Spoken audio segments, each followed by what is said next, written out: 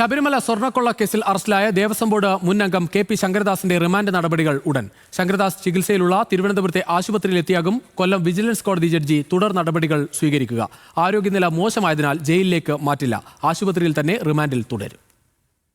ശബരിമല സ്വർണ്ണക്കൊള്ളയുമായി ബന്ധപ്പെട്ട ദേവസ്വം ബോർഡിന് കൂട്ടുത്തരവാദിത്വമുണ്ടെന്ന ഹൈക്കോടതി വിമർശനം ഉന്നയിച്ചതിന് പിന്നാലെയാണ് ശങ്കർദാസിന്റെ അറസ്റ്റ്. പ്രസിഡന്റ് പത്മകുമാറിന് മാത്രമല്ല ദേവസ്വം അംഗങ്ങൾക്കും സ്വർണ്ണക്കൊള്ളയിൽ പങ്കുണ്ടെന്ന് എൻ വാസുവിന്റെ ജാമ്യാപേക്ഷ പരിഗണിക്കവേ ജസ്റ്റിസ് എ ബദറുദ്ദീൻ ആദ്യഘട്ടത്തിൽ വ്യക്തമാക്കിയിരുന്നു. പിന്നീടാണ് ശങ്കർദാസിനെ പ്രതി ചേർക്കുന്നത്.